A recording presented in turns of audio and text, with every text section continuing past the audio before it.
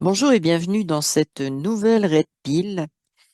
Et j'avais envie de m'intéresser à un truc qui est d'actualité d'une certaine façon, c'est le CERN, et non pas sur l'arrêt du CERN, la maintenance, etc. Toute cette histoire, Internet regorge de tout ce qu'on veut là-dessus, hypothèses, enquêtes, mais ça me questionne. Le CERN, ça me questionne. Bon, faut savoir que m'expérience personnelle, je vais commencer par ça.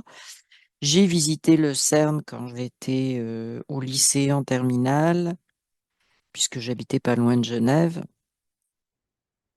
et je n'ai eu qu'une envie quand j'étais là, c'était m'enfuir en courant. J'ai rarement été aussi mal dans ma peau que dans ces locaux-là, et pourtant on visitait juste en surface, mais je me suis sentie vraiment très mal. Enfin bref, ça c'est mon truc personnel, mais pour moi, quand je me sens très mal quelque part, c'est que il se passe quelque chose. Donc voilà, il se passait quelque chose. Maintenant, je me pose des questions, par exemple, le CERN, bon, c'est un collisionneur, on fait collisionner des particules.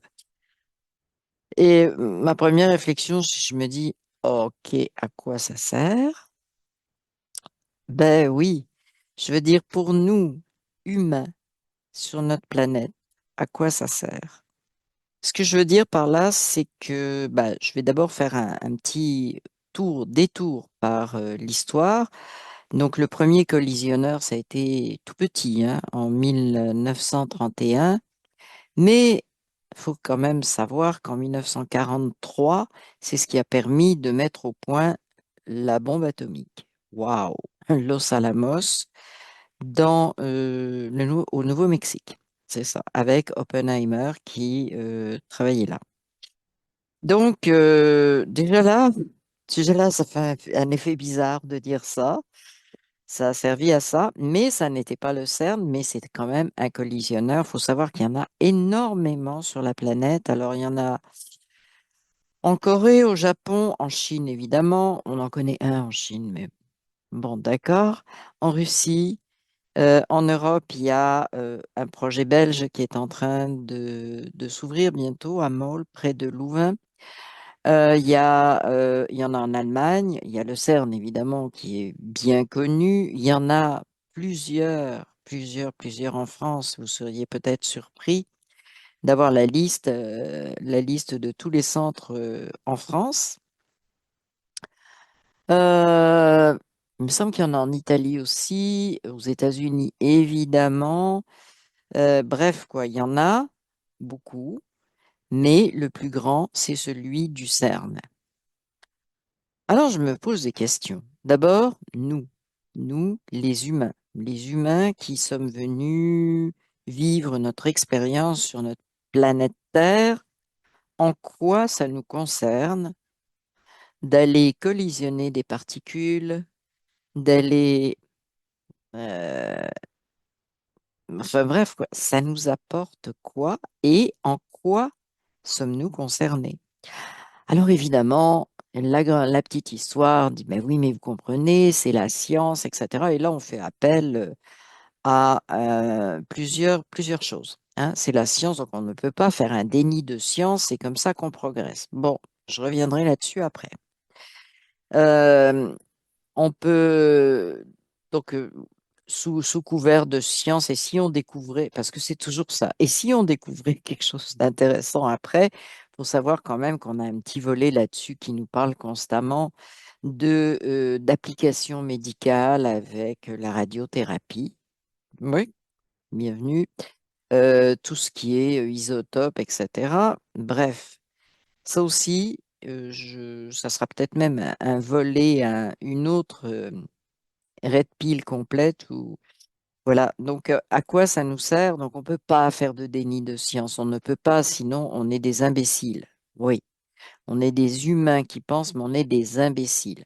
Alors, ça sert aussi, ce genre de truc pour moi, à créer une espèce d'élite intellectuelle auquel nous n'avons pas accès, même si on comprend très bien ce qu'ils font. Mais nous n'avons pas accès, donc nous n'avons pas les moyens de critiquer, de questionner, de tout ce qu'on veut. Et là, moi, ça me pose un très, très gros problème parce que ben, on devrait savoir ce qu'il en est. Et la moindre des choses serait que nous soyons tenus au courant, au lieu de nous parler de stupidité dans les médias, on pourrait peut-être nous tenir au courant. Mais qui a envie de nous tenir au courant de ce qui se passe par là? Pas grand monde. Alors bon, il y en a qui disent c'est même essayer de recréer le Big Bang. Qu'est-ce que j'en ai à foutre que vous recréiez, pardon, le Big Bang? C'est franchement. Euh, mais j'ai quand même ce truc dans la tête, 1943, bombe atomique. Donc il y a une non-transparence pour moi sur les recherches qui sont faites là, les objectifs, etc. Même si on met un bel enveloppement et ça va amener des projets industriels, économiques, parce que oui, il y a même une étude économique sur les retombées des travaux du CERN. Tout ça, c'est bien gentil, mais pour moi, c'est vraiment couper les cheveux en quatre pour pas grand-chose. Là, je pense qu'il y a autre chose en arrière. Il faut savoir quand même que dans ces accélérateurs, donc ces collisionneurs, accélérateurs, il y a énormément de magnétisme. Et ça, le magnétisme, c'est quelque chose qui nous affecte directement. Je rappelle quand même que on fonctionne avec du fer à l'intérieur de nous, donc qui est un matériau magnétique. Ce fer étant dans nos globules rouges et permettent de transporter l'oxygène jusqu'à nos cellules. C'est pour ça que nos globules sont rouges, parce que le fer s'oxyde. Donc, c'est juste en passant comme ça, mais moi, quand on me dit magnétisme, magnétisme, en dehors de celui naturel de la Terre, et qu'on met des super, super, super éléments hyper puissants, électromagnétiques, tout ce qu'on veut, j'ai quand même le droit de me questionner et d'avoir aussi mes ressentis. Et je pense que dans quelque chose de flou comme le CERN, les objectifs, etc., la maintenance qui va s'en aller vers Dieu sait quoi, on est en droit de se questionner, d'avoir nos propres intuitions parce que ça n'est pas anodin.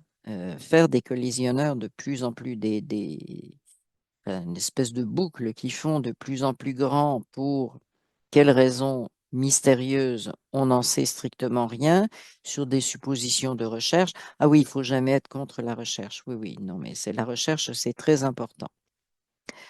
Tout à fait, bah tout à fait, pas tout à fait, mais oui, c'est important, sauf que bon, moi, ce qui me questionne, c'est il y a plusieurs choses. D'abord, le financement.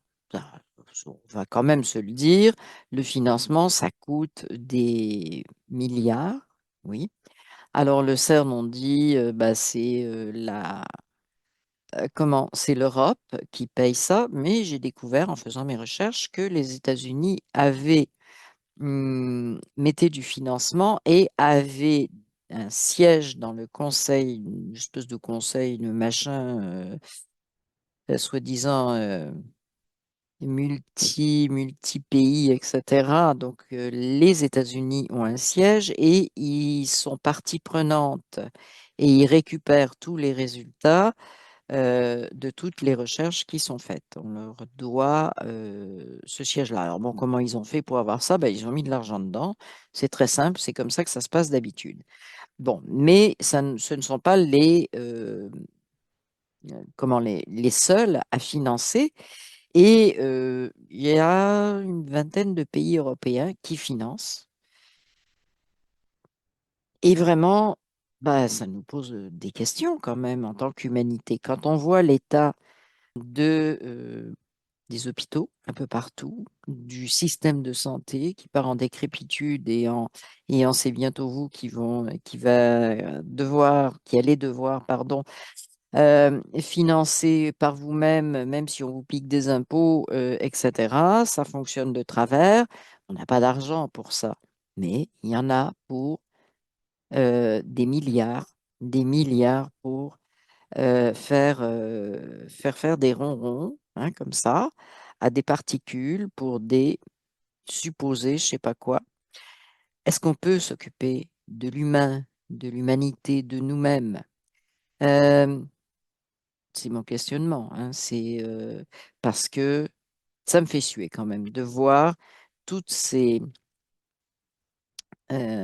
toutes ces ressources en fait qui sont diluées, qui sont distribuées, et alors que on n'a rien pour rien. Bon, je veux dire, tout le monde, on a des gens qui couchent dans les rues, y compris ici au Québec et y compris en plein hiver au Canada, d'une façon générale, alors que c'est quand même un pays très froid, mais on peut financer, en France aussi d'ailleurs, on peut financer des trucs comme ça qui, voilà, s'amuser à faire collisionner des particules.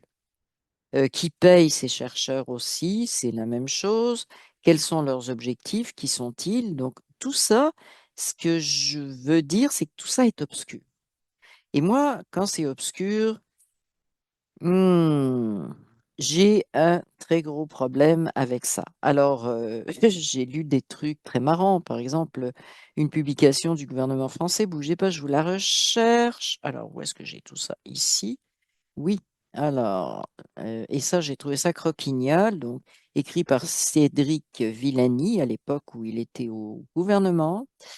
À l'instar des grandes infrastructures, alors c'est une grande infrastructure de recherche, les accélérateurs de particules, qui permettent de mener des projets de pointe et ainsi de répondre à des enjeux stratégiques. C'est pas, on n'est pas dans le flou. Acquisition de connaissances, renforcement de l'activité scientifique, au bénéfice de qui? On ne sait pas, de peut-être juste des scientifiques. Préparation de ruptures technologiques. Alors ça, je trouve ça assez mystérieux et questionnant. Diplomatie scientifique. Alors, celle-là, je ne la connaissais pas, la diplomatie scientifique. Si vous connaissez, éclairez-moi. Merci beaucoup. Donc, après, il parle, ça occupe père, etc. Et il parle également du projet belge dans lequel le Japon, on va aller savoir pourquoi, devrait être impliqué. Bah ouais, franchement, c'est...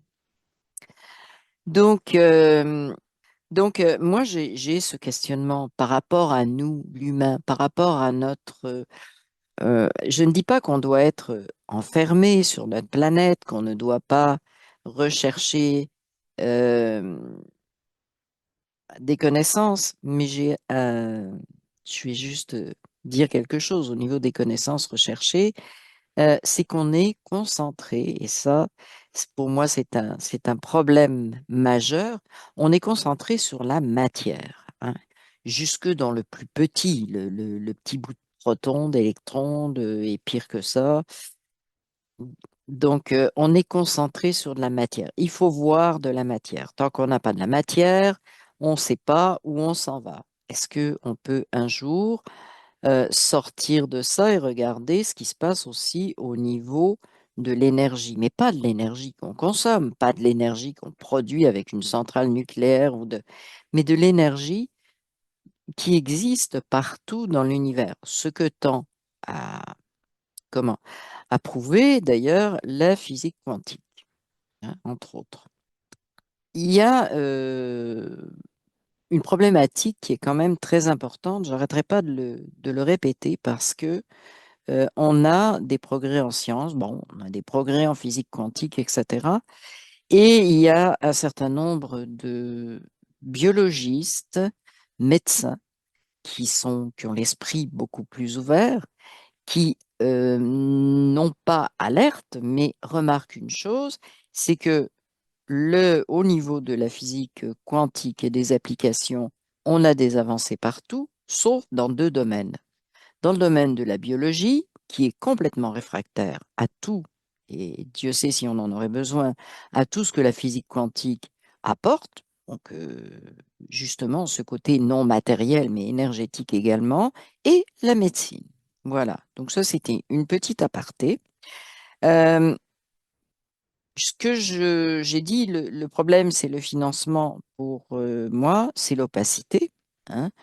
Euh, et l'opacité, bah, elle est très bien servie par le fait que ce sont des scientifiques de haut niveau et que nous, plomb, les deux pieds sur terre, on n'est pas scientifique de haut niveau, donc c'est facile. On met une caste et on enferme tout dans cette caste et on ne sait pas ce qui se passe dans la caste.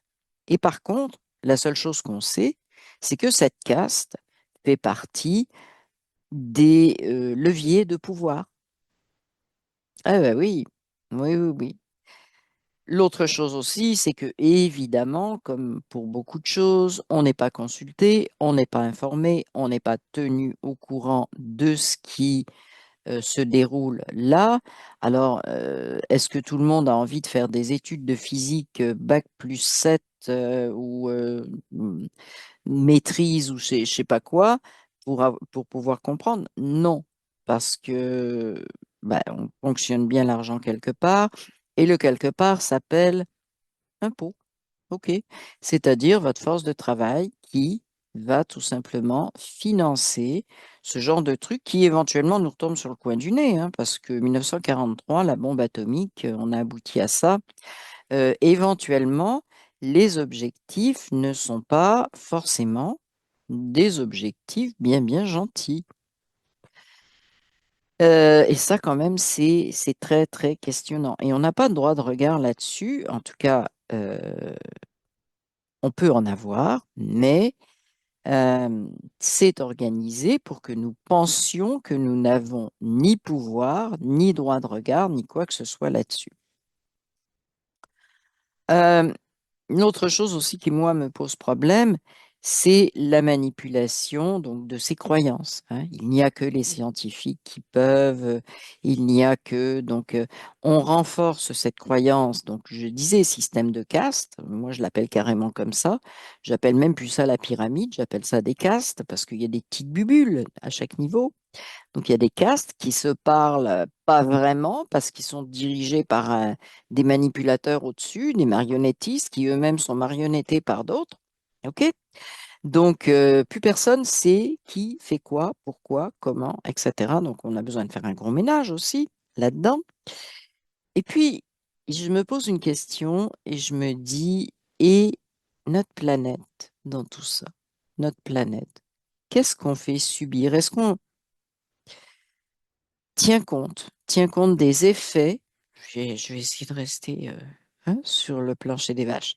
Est-ce qu'on tient compte des effets que cela peut avoir sur notre planète, sur l'énergie de notre planète, ou on s'en fout complètement et peu importe ce qui arrivera, la planète nous appartient, alors qui nous? Ben, pas nous les humains. Les élites, pas eux les élites. D'autres? Oui. Donc, et quand je dis oui, c'est éventuellement même non terrien, non humain, etc. Mais je m'aperçois en réfléchissant à ça que c'est comme si la planète appartenait à d'autres et n'était pas notre lieu de vie, d'interaction, de personne n'en a rien à foutre. Donc moi, je regarde ça et je me dis, mais quel décalage au niveau plancher des vaches, quel décalage on vit avec cette pseudo-science très avancée, très machin, très truc, et où on n'est pas capable hum, d'avoir des choses basiques. Je parlais bon, de la déliquescence de la médecine dans les pays occidentaux, hein, c'est comme ça que je l'appelle, de ce qui se passe sur des choses bien, bien concrètes, de la survie des agriculteurs, par exemple, ou de choses très basiques, de l'itinérance. On n'est pas capable, on n'a pas les fonds, on n'a pas ce qu'il faut, on ne peut pas soutenir. Non, non, c'est pas possible, vous en demandez trop. Mais on peut on peut investir dans des projets comme ça avant de s'occuper du bien-être de chacun. C'est très questionnant, très, très, très questionnant et je vous invite donc à vous questionner. Pour moi, là, je fais ça en red pill. Je n'ai pas envie de le faire pour l'instant. Ce questionnement sur le CERN, j'ai pas envie d'en faire une exploration en HRE, en hypnose euh, réintégrative évolutive. Je n'ai pas envie de faire ça actuellement parce que je vous dis, il y a beaucoup d'équipes qui sortent ça. J'ai pas envie de ramener. Je me pose des questions d'humain et je voulais amener ça justement au niveau humain. Je sais que si on s'en va là-dessus en exploration, on va voir beaucoup de choses, y compris ce que je vous ai dit, les marionnettistes des marionnettistes qui éventuellement ne n'appartiennent pas à l'humanité. Voilà. On va voir tout ça, mais je pense que déjà au niveau purement basique, raisonnement basique, on peut déjà se poser énormément de questions. Et vous allez me dire, et après, qu'est-ce qu'on fait? Ben, en fait, je pense qu'il faut remettre en question énormément de choses. C'est un petit peu l'objectif de cette red pill, c'est qu'il faut s'arrêter de tout gober. Il faut s'arrêter de penser que, ben oui, mais c'est la science, et la science, ça avance et ça permet de... Ça permet de quoi? Ça ne permet même pas de permettre à chacun d'avoir le minimum vital et de pouvoir vivre décemment. C'est quoi une avancée de la science dans ces conditions? Pour moi, c'est zéro plus zéro la tête à Toto, c'est la grande manipulation et il se passe rien dans le concret, dans notre vie, etc. Bon. Euh, donc, il faut apprendre à tout remettre en question. Et ça, c'est extrêmement important parce que je pense qu'on en est là actuellement. On nous a fait gober plein de choses, y compris notre côté ignare, non cultivé, non ceci, non cela. Il y a un truc très particulier au niveau comment? Au niveau des connaissances. C'est que vous allez voir n'importe quel spécialiste. Par exemple, vous allez voir un physicien et puis, bon, vous avez une discussion, vous lui parlez de philosophie et il va dire, ah, c'est pas mon domaine. Euh, Si je prends par exemple au niveau de la médecine, vous allez voir un orthopédiste et vous lui parlez de, oui, mais quel rapport avec, je ne sais pas, ma digestion, peu importe, ou autre chose. Et il va vous dire, ah, je ne suis pas gastro-entérologue. Allez voir un gastro-entérologue. Sauf que la question portait sur un lien entre deux choses. Donc, en allant voir le gastro-entérologue, il va dire, ah, je ne suis pas orthopédiste. On n'en sort pas. Tout est, c'est pour ça que je vous disais tout à l'heure, ça n'est même plus que moi je vois ça en caste, c'est des castes avec des sous-castes et plus personne n'est capable de faire, d'avoir une vision globale, une vision que j'appelle humaine, de faire la synthèse. Et ça, le fait d'avoir en face de nous des gens, je suis spécialisé là-dedans, parce que j'ai dit en physique, mais alors en physique, c'est pareil, celui qui est spécialiste de ci, de ça, c'est pareil dans toutes les sciences. Tout le monde est hyper spécialisé, mais pour moi, l'hyper spécialisation, c'est un enfumage. C'est de dire, bah, personne n'est capable de faire une synthèse, de se poser des questions, de poser la question de qu'est-ce qui est utile, qu'est-ce qui avance dans le bon sens, qu'est-ce qu'on abandonne parce que ça ne sert strictement à rien, c'est juste pour bouffer des fonds et faire vivre deux, trois machins et occuper le public à croire que. Donc, il faut vraiment, vraiment regarder cet aspect de la société, ce côté de vous n'êtes pas des scientifiques, vous comprenez rien. Si, on comprend très bien. On comprend très bien que vous êtes en train de tout morceler pour essayer de brouiller les pistes. Et pendant qu'on brouille les pistes, qu'est-ce qu'on fait? Ben, c'est élite ou sur-élite, on peut les appeler comme ça, et ben, ils font ce qu'ils veulent pendant ce temps-là. Et en plus, ils insinuent en permanence que ils font ce qu'ils veulent. Heureusement qu'ils sont là, et heureusement qu'ils ont des spécialistes, tous bien noyautés dans leur caste, parce que on peut pas comprendre. Et plus c'est hyper spécialisé, plus c'est découpé, moins on a la capacité de comprendre, parce que même quelqu'un qui est dans une spécialité bien découpée n'arrive pas à comprendre ce qu'il y a dans les autres. hein, parce que lui, sa spécialité, c'est pas ça.